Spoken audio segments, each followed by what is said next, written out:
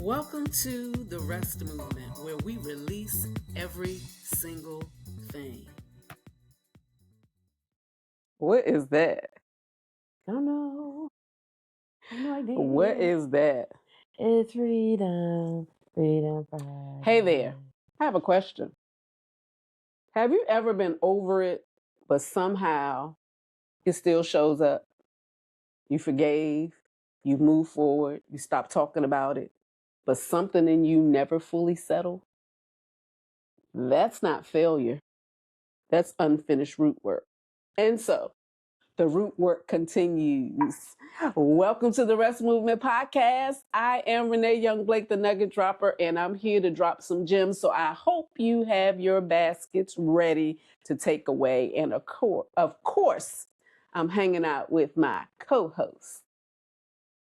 It's Sonja D. Here to stir up your soul.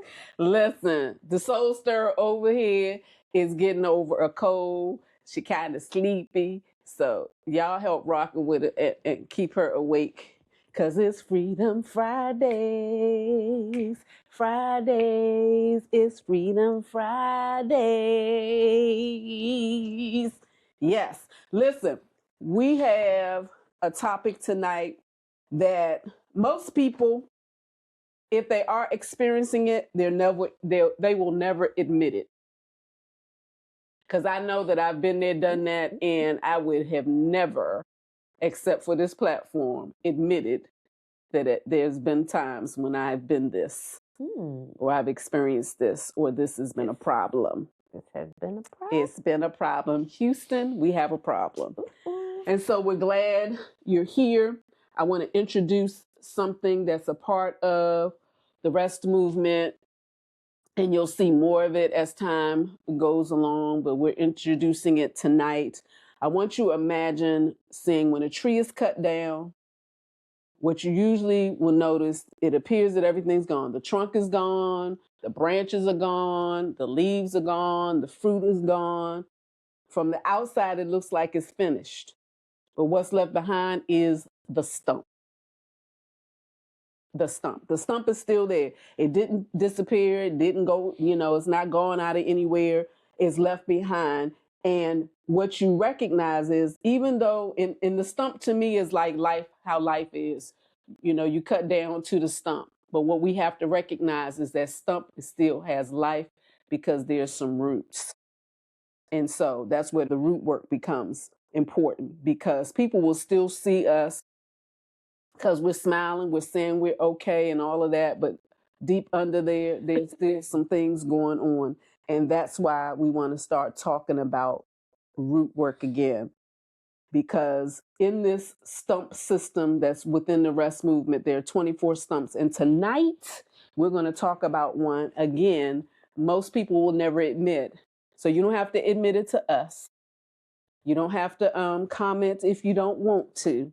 But it will resonate with you when you realize what it is. So the stump system helps us identify roots, the root issues, the things beneath the surface that continue to shape our lives after the visible damage is gone. It's still there. They aren't surface behaviors. They're not personality flaws. They're roots, simply put. And here's the thing. What we don't uproot, we recreate, and it keeps growing. We don't just move on. We carry it with us.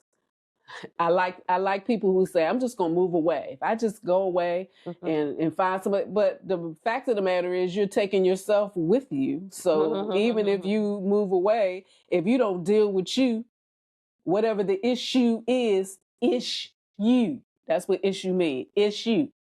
So wherever you go, the issue's going to follow. So that's why we're going to talk about stump number 3, bitterness. Is that you? Bitter? So when you hear this idea of a stump, the tree is gone, but the root is still there. What does that stir up in you? Does it stir up anything? The tree is gone, but the root is still there. So there's some residuals. Some residue. That needs to be removed or cleaned, especially if it has a negative trigger for you. And I understand that sometimes the stump will still be there, but I guess it's how you handle that. What do you do when you feel that? When you're confronted with that, whatever that is for different people handle it. Some people will try to push it down. Some people, like you said, try to avoid it so they'll move, but you're moving the stump with them. And I guess it's a tricky question because we really haven't identified what bitterness is yet. And once I give you the definition of bitterness, it may start helping us really wrap our minds around the fact that we move on from things, but whatever that root is, whatever that thing is that we're dealing with, it hasn't gone away. We've just learned to move on with life because we don't have no other choice. Whatever that offense was, whatever that issue was, whether it's a person, a situation, we can't stay stuck in the situation. However, we are really still stuck in it because we haven't overcome it. We just moved on from it, but it's still there because the hurt doesn't just disappear because you move on. It doesn't work that way. Therapy and awareness.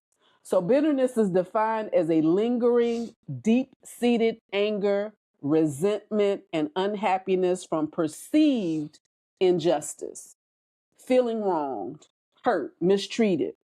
Bitterness is one of those roots that can stay alive for years without announcing itself.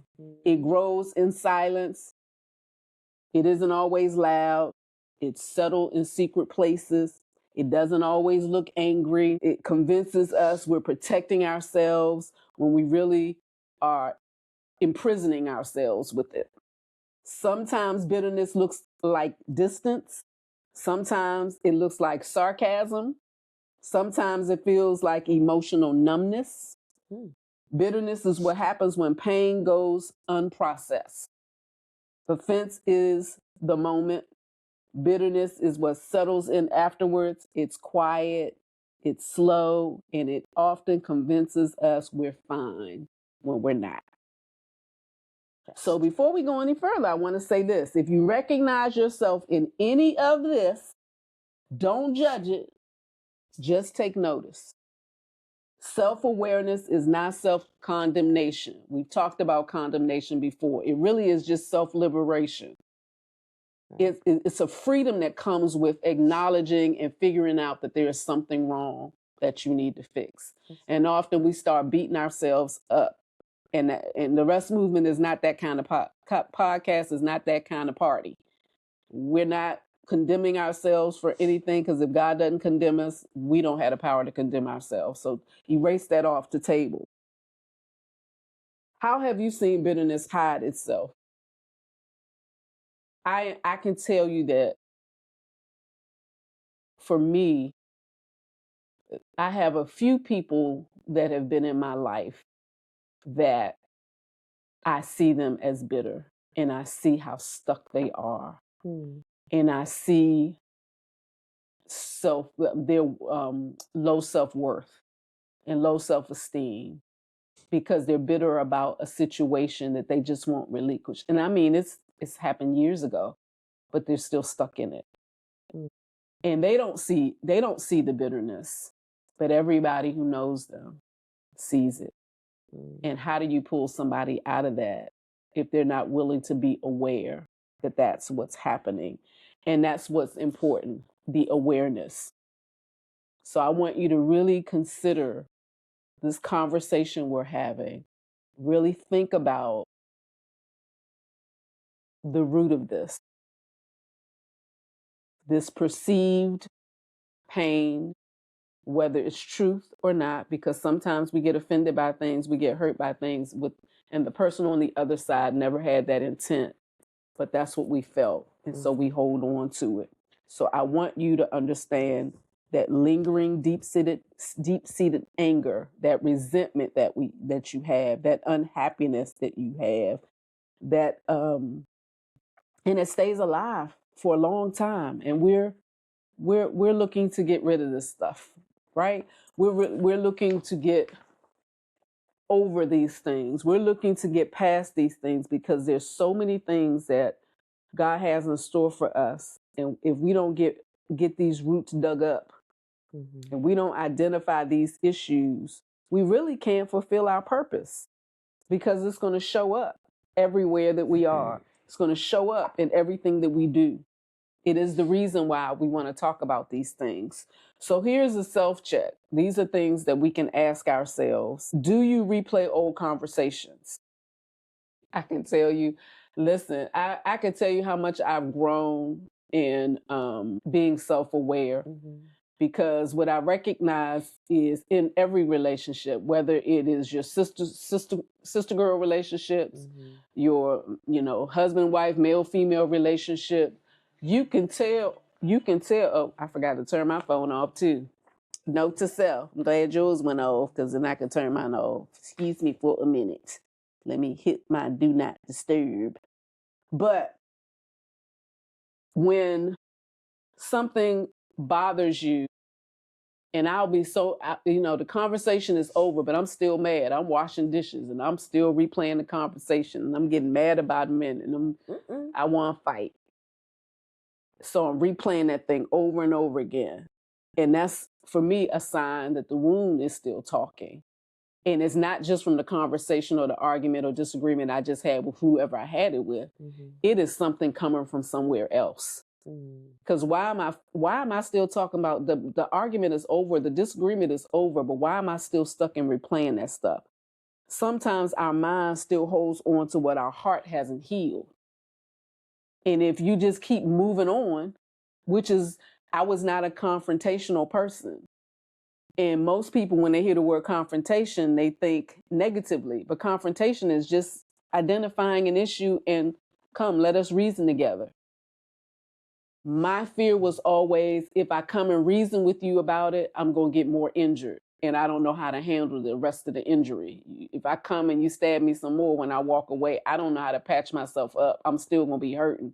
I'm going to do this temporary patch up. And then, so I'm going to still, every time I turn around, I'm going to replay what you said to me. I'm going to be pissed off about what you said to me. And I don't get over it. I don't address you. And so you keep doing it to me. Yeah, it's a lot of vulnerability. And then I become bitter. But why did I become bitter? Because I never addressed it. I just keep allowing the wounds to happen over and over again. And then I just keep replaying it. And so we start thinking it's drama, but it's like what you said earlier. It's residue. It's stuff left over. It's stuff you carrying with you. What is residue? Smoke comes, ashes are laid down, and what's left behind? The residue from the fire. Another self-check you can do certain people trigger you and you don't know why? Triggers are teachers. They point to what hasn't been released. When someone shows up in the room and your body reacts before your brain, it tells you there's something going on there and you have to figure out. Bitterness may be sitting in the basement whispering, you're not safe here. Because that person that same person, every time you're around them, they say things. Because, there are some people who they're sarcastic, but they're sarcastically attacking you or making fun of you and make you feel really uncomfortable. But really, they're uncomfortable. And their way of protecting themselves is insulting other people or making a joke out of other people. So when they show up in the room, you're bitter about something they joked about and maybe everybody else laughed about, but for you, it wasn't laughable. It was something that was very painful. I've had those experiences where somebody was joning on me or saying something when I was younger and they thought it was cute. But for me, it was a low self-esteem something, or it was something I didn't feel very good about myself. You thought it was funny, but it wasn't funny to me. And now I'm carrying this weight. And then I become bitter because you said something that hurt me, and it hurt me really badly. I could.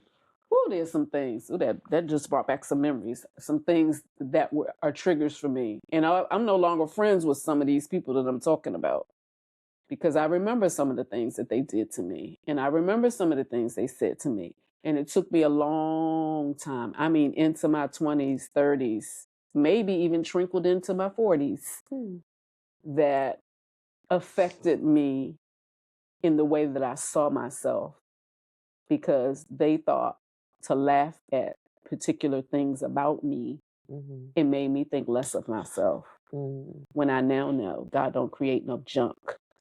But had I had the ability to say what you did hurt me, instead of hiding it or low keying about something that wasn't funny to me. Talking about triggers, but those triggers teach you something. Do you struggle to celebrate others' wins? Bitterness creates comparison and quiet resentment.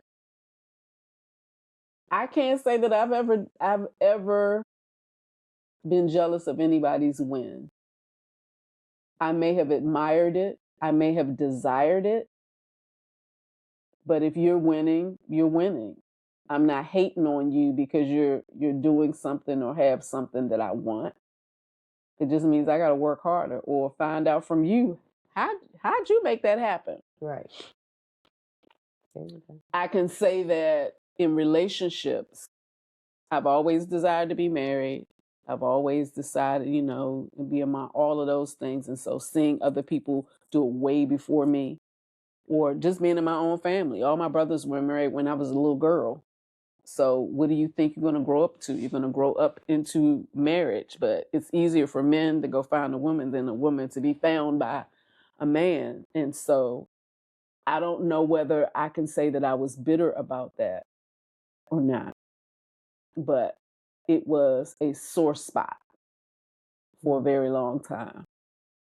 And it's probably why I allowed so many relationships that I knew weren't right for me, because I had that desire. And it could have created some bitterness and some anger towards God. So that bitterness, yeah, I can see that.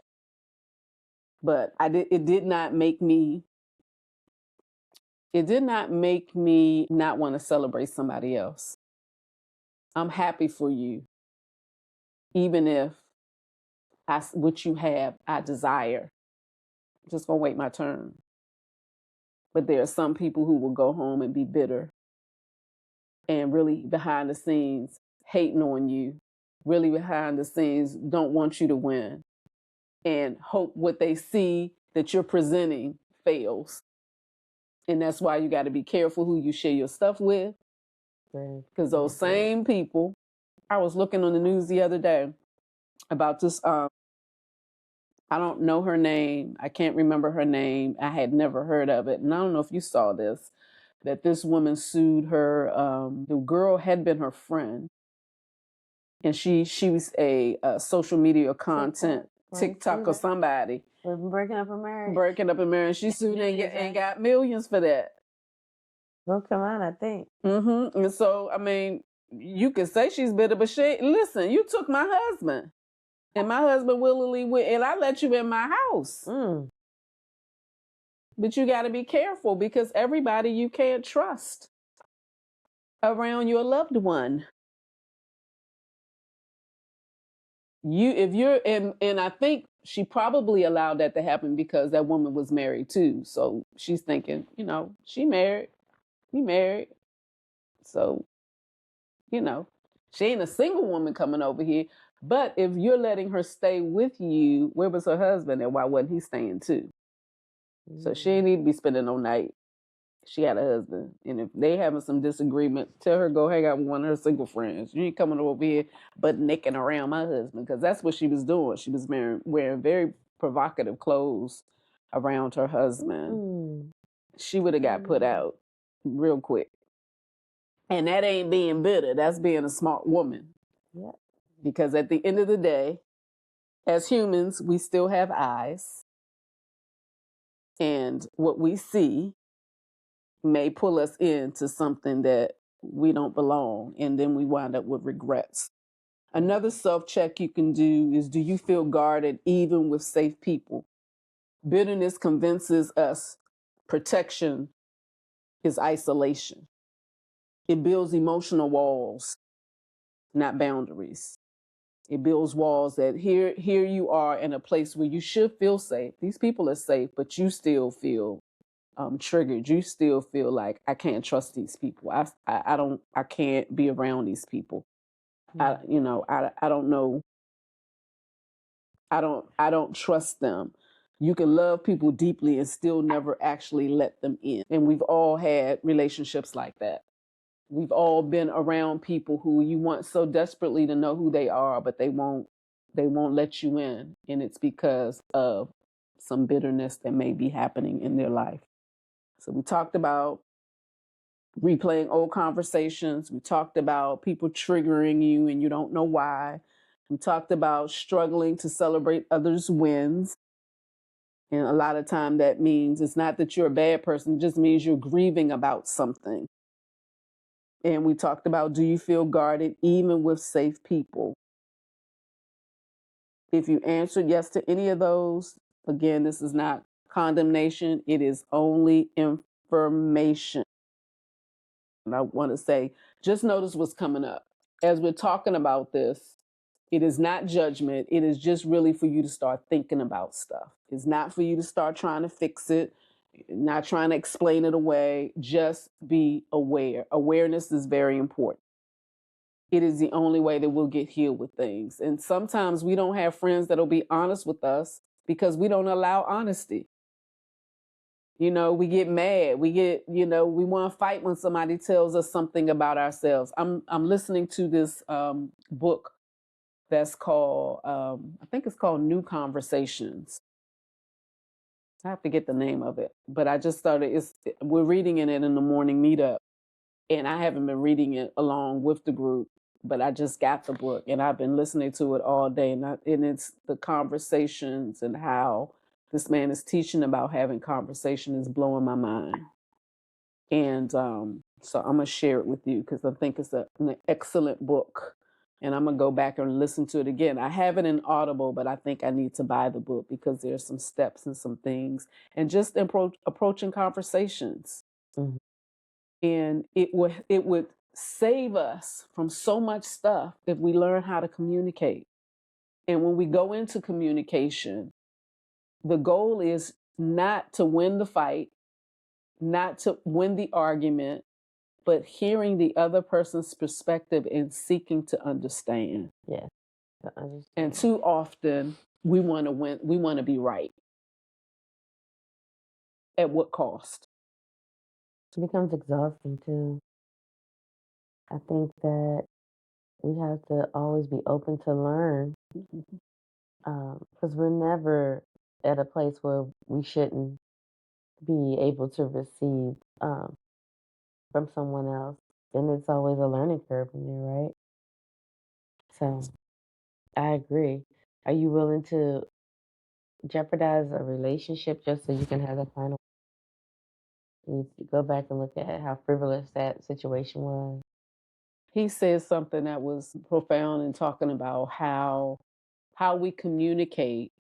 We teach our children that, and we think we're just teaching our children, but we're teaching so many people, because we teach our children, then our children begin to communicate, and then they teach their children to communicate that way. So you imagine if you're raised in a house where the way people go through conflict is they're yelling at each other. And he told a story about when he went to one of his friends' house, and he said that he was mortified because the parents were arguing, and he thought for sure, oh my gosh, must be when people get divorces for this to happen. He said, but his friend wasn't moved by it at all because he lived with that all the time. And he said, at my house, my parents, we never saw them argue. If they had a disagreement, they must have did it behind closed doors because we never got to see that. And so if that is indeed how his friend lived, well, guess how his friend is going to deal with conflict? Right. He's going to be yelling, and then he's going to raise kids that way.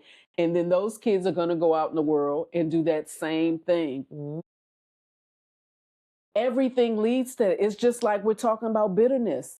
If you are operating in bitterness, you are teaching your children the same thing, not to let stuff go, holding on to things, not getting past things, not communicating and working it out, not spending time. Instead of being offended by the person, share with the person how what they did or what they said made them feel, and not accusatory, Right. but just have the conversation.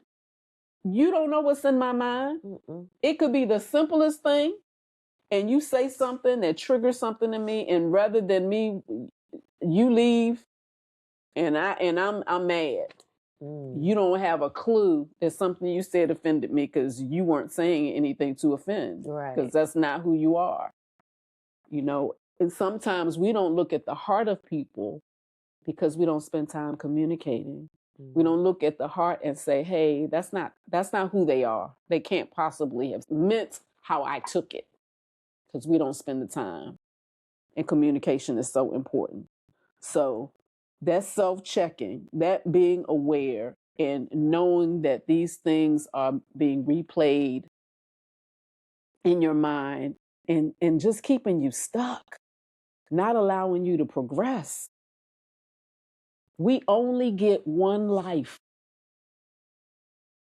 And when I think about the years that I've wasted with certain issues, knowing how I feel now being free, like, man, if I had only known back then that I could feel like I feel now, because I can shake things off today that just 5 years ago I wouldn't have been able to shake off. But now I don't hold stuff. It's like, okay, all right. What's next? So I think, what's our time looking like? Can you see the time? Again, I forgot to set the clock, because we're not trying to hold you forever.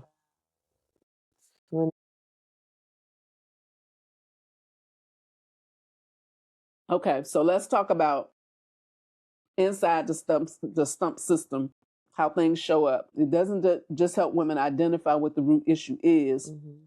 It also helps them understand where it's showing up.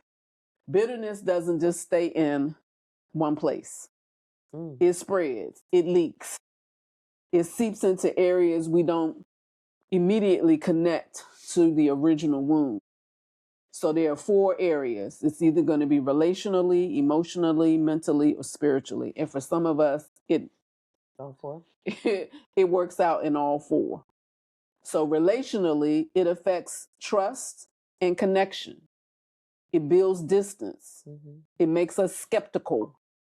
It makes us guarded. It makes us withdrawn and easily offended. Conversations feel heavier. Connections feel risky. Commitments feel dangerous. So it messes with our relationship. You can't even get in a relationship because you have all these issues that you're carrying. It affects how you trust people. And so everybody you meet, you're looking at them side eye.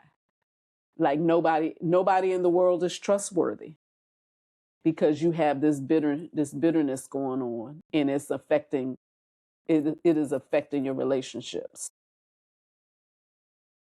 I see it. I've seen it, and it's painful to watch somebody who is walking in bitterness.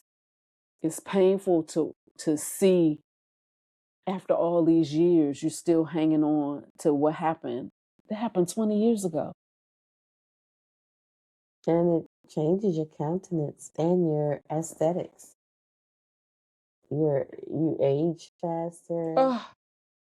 And nobody wants to be around you, because they don't want to keep hearing that story over and over and over again. They just want you to be healed. They want you to be free. They want you to live life, and life more abundantly. Can you imagine all of the things that you missed out on? I think about that now. I think about, I don't know whether it was a movie I saw, and I hate that I even heard this statement because it's a scary statement when you think about how many more summers do you have left? I didn't like that. I didn't like that being planted in my head because when you think about life that way, you think, oh, I got 40 more years of life. Do you got 40 more summers? Like, oh, snap. Why did they put that in that movie? Why did I have to be the one to hear it? And then recently somebody else said it again in one of my coaching groups. Somebody was bringing that up again. I don't need you to remind me to count no summers. But when you think of that, you'll realize life is short. We say that all the time, but we don't act like it. We don't. If you know life is short, then why spend all of that time being bitter? Why spend all that time holding grudges? Why spend all that time being unhealed? Not dealing with stuff? What is it going to hurt to be healed because you're killing yourself being unhealed? I would much rather be free with if I got 2 more hours left, I'd rather those 2 hours be free. Great. There's a book called If This Were My Final Hour. If this were my final hour, that's how I started getting free. That same statement. If this were my final hour, would this be important? Because if it's not important in my final hour, then it's not important. I'm holding on to this for what? It's not important. When we talk about emotionally, it shows up as irritability or numbness. It doesn't always show up as anger. Sometimes it shows up as restlessness or emotional shutdown.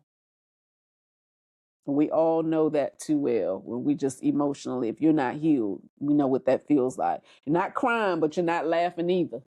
Mm-mm. It disconnects you from joy. It disconnects you from intimacy. It disconnects you from peace. It disconnects you from play.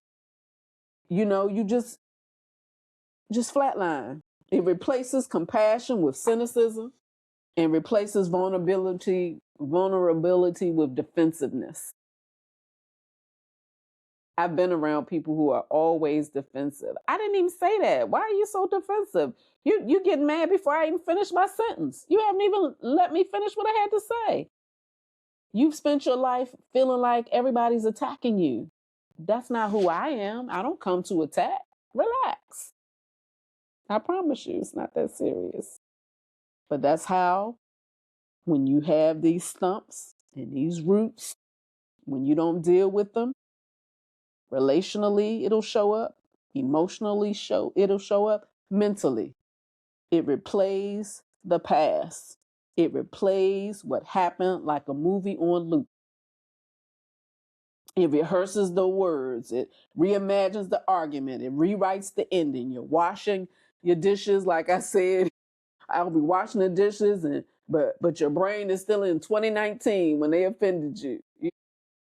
You just hold on to stuff. I did that a lot until God had to tell me, why are you're not making space for anything new because you holding on to all the crap from the past. Free yourself. It's unnecessary. Free your mind. Follow. Uh-oh. That's all I got. She waking up. That's all she got. You remember the rest of the words? I don't remember either. And then the last area, spiritually. It quietly erodes your hope. I trust God, but I don't fully believe him. Right. It creates distance between us and God. Prayer feels like duty instead of connection. Because you really don't, believe in the prayer you're praying. Because you don't believe in the God who is supposed to answer. Because I'm still hurt, or you let that happen to me. And so now it's God's fault that you've been hurt by somebody because you didn't deal with the hurt. You didn't let that person know how you felt. And if you did let them know how you feel and they gaslighted you, you still walking around with the burden of the issue instead of just letting the issue go. Faith feels like struggle instead of strength. Worship feels like routine instead of an encounter with God. It makes us question God's love. Which one shows up for you first? Relational, emotional, mental, or spiritual? Probably emotion. I was gonna say probably for many women, it's emotional because God created us to be emotional beings, and there's nothing wrong with that. But I would say, yeah, emotional for me too.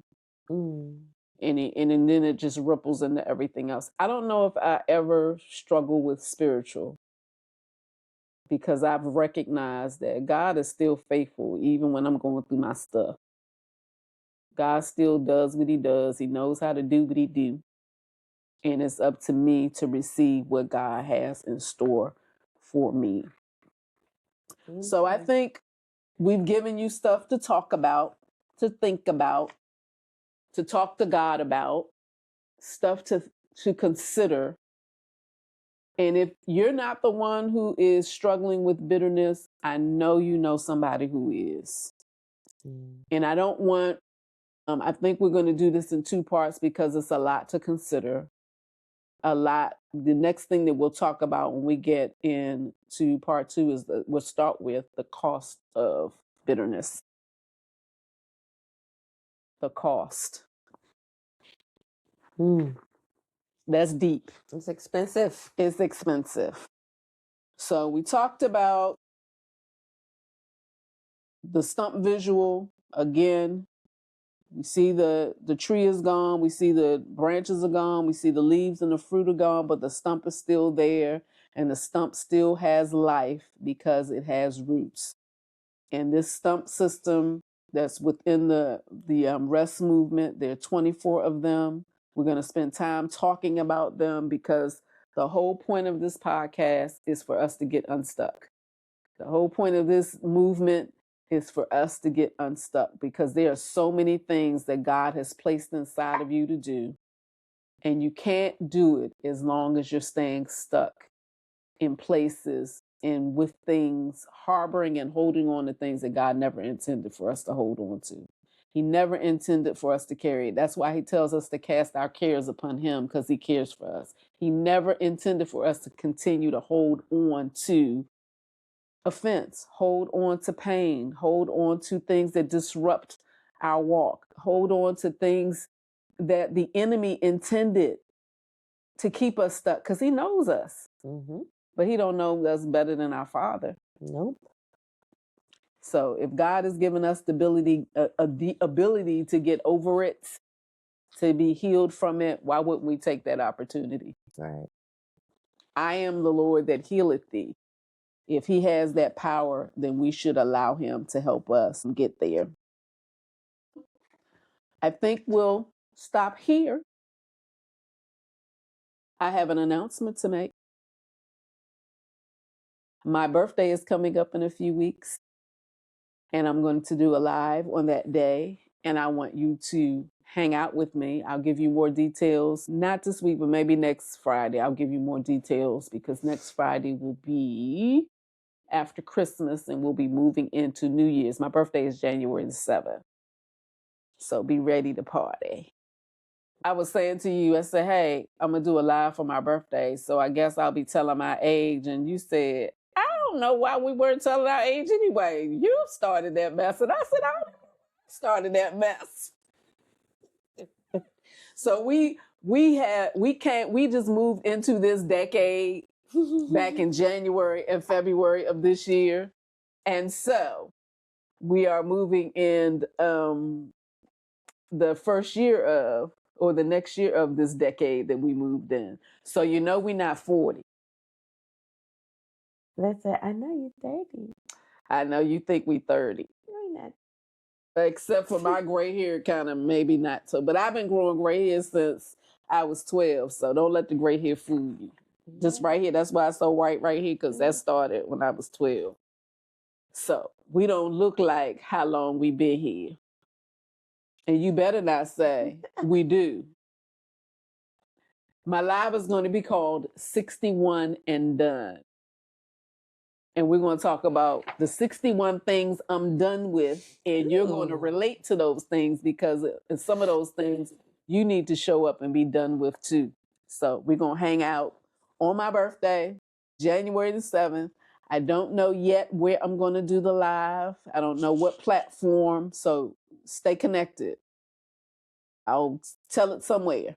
You'll find out somewhere. But I want to tell you tonight because I want you to put that in your calendar. I think I'm going to do it probably from 8:30 to 9:30 because I know Wednesday nights are Bible study nights for many of you. And I don't want, you missing Bible study, hanging out with me. But while you're on your way home from Bible study, or if you do Bible study on Zoom, once you click off on your Zoom, click on with me so we can celebrate my birthday. 61 and done. And I can't wait to tell you what number 61 is. It's going to be a shocker. So, and don't be coming at the end just to find out what the 61 is either. Okay? So we talked about, again, bitterness.